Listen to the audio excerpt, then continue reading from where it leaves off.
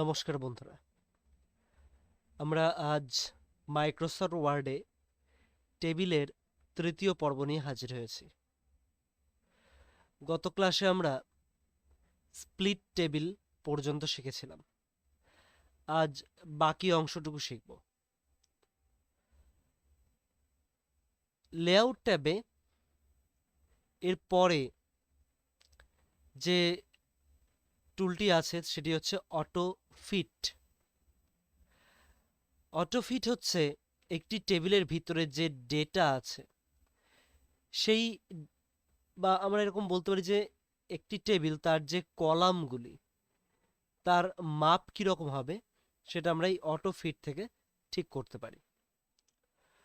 Auto ফিটে click করলে আমরা তিনটে অপশান দেখতে পাচ্ছি। তার মধ্যে প্রথম অপশানটি আছে অটো ফিট কন্টেন্ট। এটার অর্থ একটা টেবিলের ভিতরে যে টেক্সট লেখা আছে সেই টেক্সটের মাপ অনুযায়ী প্রতিটি কলাম এর উইথ সেট হবে। আমি অটো ফিটে ক্লিক করে অটো ফিট কন্টেন্টস অপশানটি চুজ করছি। তো এখানে দেখা যাচ্ছে যে একটি টেবিলের ভিতরে প্রতিটা সেলের ভিতরে বা প্রতিটা কলামে যে ডেটা আছে সেই ডেটার মাপ অনুযায়ী কলামের যে উইথ সেটা ফিট হয়েছে। আবার এখানে অপশান রয়েছে অটো ফিট উইন্ডো। সেখানে আবার কি হচ্ছে, পেজের উপরে যে রুলার আছে সেই রুলারের মাপ অনুযায়ী টেবিলের কলামটি ফিট হচ্ছে। অটো ফিটের পরে যে অপশানটি আছে সেল সাইজ গ্রুপের মধ্যে হাইট এবং উইথ।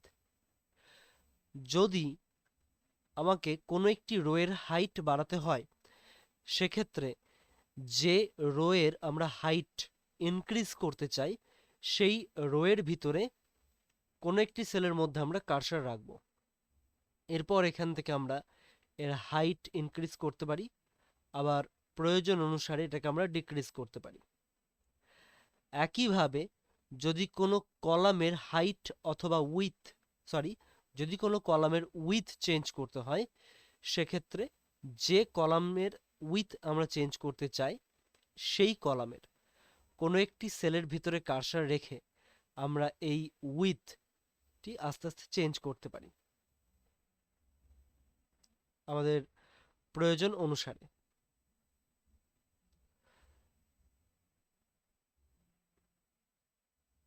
এরপর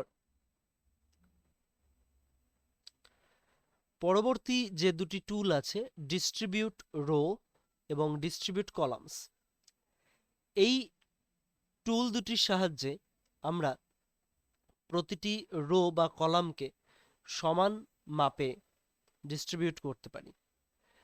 যেমন আমি হয়তো এখন প্রথম রোয়ের হাইটটা একটু বাড়িয়ে নিচ্ছি, তো এখন দেখা যাচ্ছে আমার টেবিলে প্রত্যেকটি রো এর হাইট কিন্তু সমান নয়। যদি প্রতিটি রোয়ের হাইট সমান করতে হয় সেক্ষেত্রে লেআউট ট্যাবে এই ডিস্ট্রিবিউট রোজ এই অপশানটিতে ক্লিক করতে হবে। আবার এখানে আমরা এটাও দেখতে পাচ্ছি যে এখানে প্রতিটি কলামও আবার সমান মাপে নেই।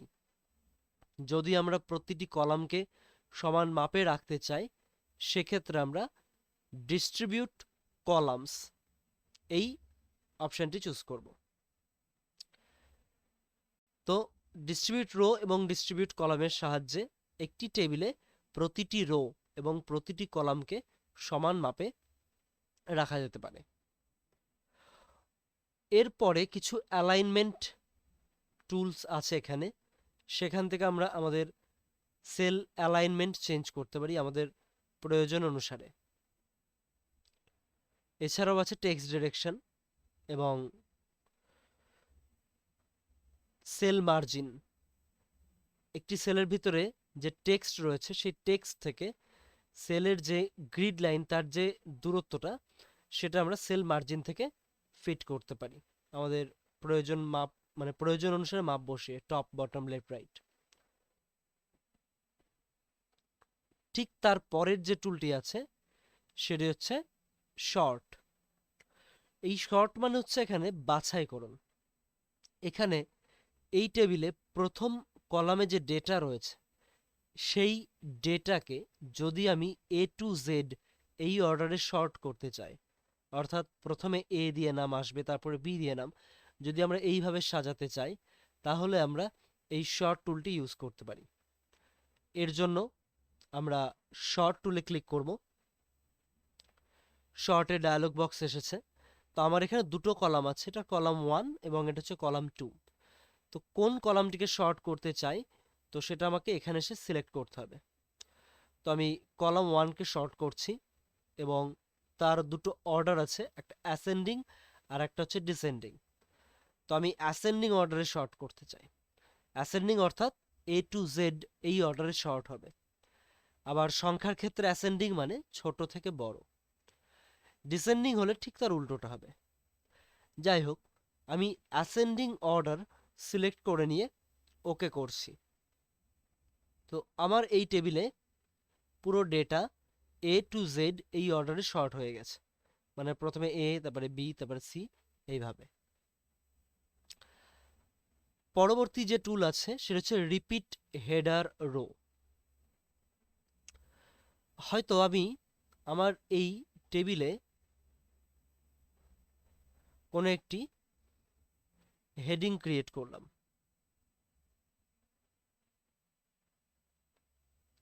ডেটা নামে। এখন যদি আমি এই টেবিলে কন্টিনিউ ডেটা এন্ট্রি করতে থাকি, একটা সময় পরে এই পেজটা শেষ হয়ে যাবে এবং পরবর্তী পেজে টেবিলটি চলে আসবে। তো পরবর্তী পেজে যখন আমার এই একই টেবিল রিটার্ন করছে, তখন যদি আমি চাই যে সেইখানেও আমার টেবিলের যে হেডিং সেটা রিপিট করুক, তখন আমরা এই রিপিট হেডার রোজ এই টুলটি ব্যবহার করতে পারি। তো এর জন্য আমি প্রথমে টেবিলটি সম্প্রসারণ করে দেখাই আপনাদের। আমি টেবিলটা আস্তে আস্তে বাড়াচ্ছি। তো এখানে দেখা যাচ্ছে যে দ্বিতীয় পেজে টেবিলটি চলে এসেছে, যদিও আমি এখানে ডেটা এন্ট্রি করিনি। তো দ্বিতীয় পেজে ওই একই টেবিল, সরি তৃতীয় পেজে অবধি চলে গেছে। তো প্রথম পেজে এখান থেকে শুরু হয়ে টেবিলটি আস্তে আস্তে বাড়তে বাড়তে দ্বিতীয় পেজ এবং তৃতীয় পেজে এসে হাজির হয়েছে। কিন্তু আমরা দেখতে পাচ্ছি তৃতীয় পেজ অথবা দ্বিতীয় পেজের প্রথম যে রো, সেখানে আমার এই টেবিলের যে হেডিং ডেটা নামে করেছি সেটা কিন্তু রিপিট করেনি। এটা যদি আমি রিপিট করাতে হয় আমাকে, তাহলে প্রথম রোয়ের ভিতরে কার্সারটাকে রেখে লেআউট ট্যাবে এই রিপিট হেডার রোজ এই টুলটি সিলেক্ট করতে হবে। এটি সিলেক্ট করলে আমরা দেখতে পাবো যে পরবর্তী পেজগুলিতে টেবিলের প্রথম রোতে আমার টেবিলের যে হেডিং সেটা রিটার্ন করেছে। এটা হচ্ছে রিপিট হেডার রোজ, মানে আমার টেবিলের যে হেডিং বা হেডার সেটা প্রতিটি পেজে রিপিট করছে, তার কারণ এই টুলটি রিপিট হেডার রোজ। যদি এখন এটাকে আমরা ইনঅ্যাক্টিভ করে দিই, এটা আবার চলে যাবে, আবার অ্যাক্টিভ করলে আবার চলে আসবে। খুব সিম্পল একটি টুল। এর ঠিক পরের যে টুলটি রয়েছে, জাস্ট মিনিট,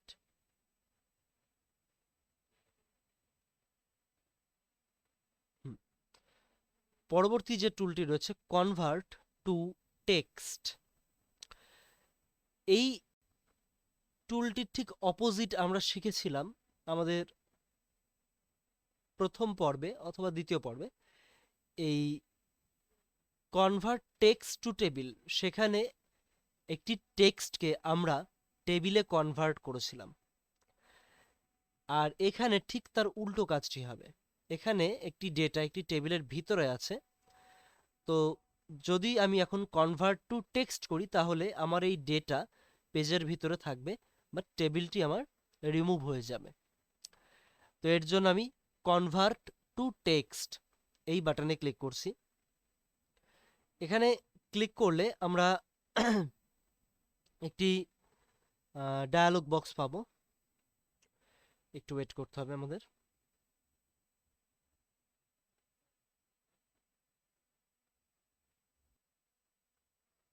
তো কনভার্ট টেবিল টু টেক্সট এর একটি ডায়ালগ বক্স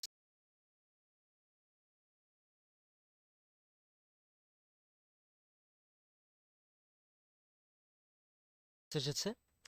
তো এখানে এই যে ডেটাগুলোকে আমরা সেপারেট করেছিলাম ট্যাব দিয়ে, মানে এক্সেল থেকে আর এক্সেলে যাওয়ার সময় ট্যাব প্রেস করেছিলাম, তাই এই ট্যাবের রেডিও বাটনটা সিলেক্ট করা আছে, থাকুক সেটা। আমরা ওকে করে দেবো। ওকে করলে আমার এই ডেটা টেবিলের থেকে বেরিয়ে পেজের মধ্যে নর্মাল টেক্সট হিসেবে চলে আসবে এবং আমার যে টেবিল সেটি রিমুভ হয়ে যাবে। খুব ইজি একটি টুল। টেবিলের ভিতরে কার্সার রেখে লেআউট ট্যাব, সেখান থেকে convert to text, then okay, easily কাজটা হয়ে যাবে। লাস্ট আজকে যে বিষয়টি দেখব লেআউট ট্যাবে, সেটা হচ্ছে ফর্মুলা। একটা টেবিলের ভিতরে কিভাবে আমরা কোনো ফর্মুলা ইউজ করব মাইক্রোসফট ওয়ার্ডে, সেটা এবার আমরা দেখব। তো এর জন্য আমরা আগে একটা ডেটা বানিয়ে রেখেছি। তো এই টেবিলে এই যে তিনটি নাম্বার রয়েছে, যে ডবল এ নামক যে ব্যক্তি, সেই তিনটি সাবজেক্টে যে নাম্বারগুলো পেয়েছে, এই নাম্বারগুলো যোগ করে তার টোটালটা আমরা বের করব। তো এই তিনটে নাম্বারের যোগ হবে এবং তার যোগফল যেহেতু এই সেলের মধ্যে আসবে, তাই কার্সারটাকে আমরা এই সেলের ভিতরে রাখলাম। এরপর লেআউট ট্যাব থেকে আমরা চলে যাচ্ছি ফর্মুলা টুলে। সেখানে ক্লিক করলে ফর্মুলার ডায়ালগ বক্সই চলে আসবে। ফর্মুলা বক্সে আমরা ইকুয়াল সাইন দিয়ে যে ফর্মুলা ইউজ করতে চাই সেটা লিখব। নিচে পেস্ট ফাংশন আছে, এখান থেকে তোমরা ফর্মুলা চুজ করে নিতে পারো। তো আমরা ফর্মুলা যা আছে সব এক্সেলে, যখন আমরা এক্সেলে ক্লাস করাবো তখন আমরা অনেক ফর্মুলা সেখানে শিখব। এখানে আমরা একটা ফর্মুলাই দেখাচ্ছি, সেটা হচ্ছে সাম, SUM, সাম। এই সূত্রের সাহায্যে আমরা কিছু সংখ্যাকে যোগ করতে পারি। তো এখানে আমি ইকুয়াল সাইন দিয়ে টাইপ করছি সাম, এরপর ব্র্যাকেট ওপেন করব। এবার এই যেখানে আমার কার্সার আছে তার বাঁ দিকের সমস্ত সেলের নাম্বার যদি আমাকে যোগ করতে হয়, সেক্ষেত্রে আমি সাম লিখে ব্র্যাকেটে লেফট লিখতে পারি। লিখে ব্র্যাকেট ক্লোজ করে যদি ওকে করি, তাহলেও আমাকে এই তিনটি নাম্বারের যোগফল দিয়ে দেবে। কিন্তু আমরা সেল অ্যাড্রেস ব্যবহার করে যোগ করতে চাই, তাই এখানে আমরা ইকুয়াল সাইন দিয়ে সাম লেখার পরে ব্র্যাকেট ওপেন করব এবং যে নাম্বারগুলোকে আমরা যোগ করব সেই নাম্বারগুলো যে সেলের ভিতরে আছে সেই সেল অ্যাড্রেসগুলো আমরা এক এক করে লিখব। যেমন এই যে সেলটি 78, এর অ্যাড্রেস হচ্ছে B2। আমরা প্রথম পর্বেই সেল অ্যাড্রেস নিয়ে আলোচনা করেছি। যদি ভিডিওটি না দেখে থাকেন, ভিডিওটি আগে দেখুন, তারপরে একটা বুঝুন, নাহলে বুঝতে একটু অসুবিধা হবে। তো আমরা জানি যে একটা টেবিলে কলামগুলোকে আইডেন্টিফাই করা হয় লেটার দিয়ে, মানে প্রথম কলামটি হচ্ছে A এবং দ্বিতীয় কলামের প্রত্যেকটি সেল হচ্ছে B। তাহলে এই 78 এর কলাম হচ্ছে B। আবার প্রথম রো মানে হচ্ছে 1, তারপরেরটা 2, তারপরে 3, তারপরে 4। অতএব 78 যেখানে আছে এটা হচ্ছে এই টেবিলের 2 নম্বর রো। তাই 78 সেলের সেল অ্যাড্রেস হচ্ছে B2, কারণ এর কলাম হচ্ছে B এবং রো হচ্ছে 2। একইভাবে কমা দিয়ে যে সেলের ভিতরে 84 লেখা আছে তার সেল অ্যাড্রেস হচ্ছে C2।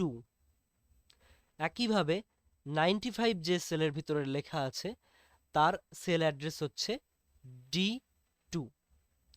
এইভাবে সমস্ত সেল অ্যাড্রেসগুলি লেখা হয়ে গেলে আমরা ব্র্যাকেট ক্লোজ করব এবং তারপরে ওকে করলে এই তিনটে নাম্বারের যোগফল আমরা এখানে দেখতে পাবো।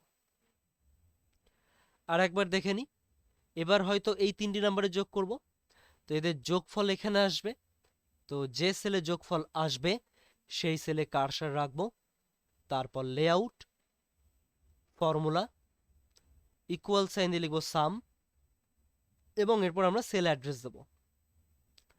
তো 45 যে সেলের ভিতরে আছে তার সেল অ্যাড্রেস হচ্ছে B3। এবার আমরা সব সেল অ্যাড্রেস কমা কমা না দিয়েও লিখতে পারি। আমরা কমার বদলে অনুপাত চিহ্ন বা ইস টু সাইন ব্যবহার করতে পারি। সেক্ষেত্রে আমাকে সব সেল অ্যাড্রেস লিখতে হবে না। ইস টু সাইন ব্যবহার করলে আমরা প্রথম সেল ইস টু লাস্টের সেল অ্যাড্রেসটা ইউজ করব। তো 28 এর সেল অ্যাড্রেস হচ্ছে আমার D3, লিখে ব্র্যাকেট ক্লোজ করে আমরা ওকে করব। তাহলে আমরা যোগফলটা পেয়ে যাব। এইভাবে একটা টেবিলের ভিতরে আমরা ফর্মুলা ইউজ করতে পারি। আশা করি এই 3টি পর্বে মাইক্রোসফট ওয়ার্ডের টেবিল বিষয়টি আপনারা খুব ভালো করে বুঝতে পেরেছেন। আর ভিডিওটিতে যদি কোনো রকম প্রশ্ন থাকে আপনারা কমেন্ট সেকশন অবশ্যই কমেন্ট করবেন, যাতে আমিও বুঝতে পারি যে আপনাদের কি কোনো বিষয়ে সমস্যা হচ্ছে কিনা। আর যদি ভিডিওটি ভালো লেগে থাকে অবশ্যই ভিডিওটি লাইক করবেন এবং বন্ধুদের মধ্যে ভিডিওটি শেয়ার করবেন।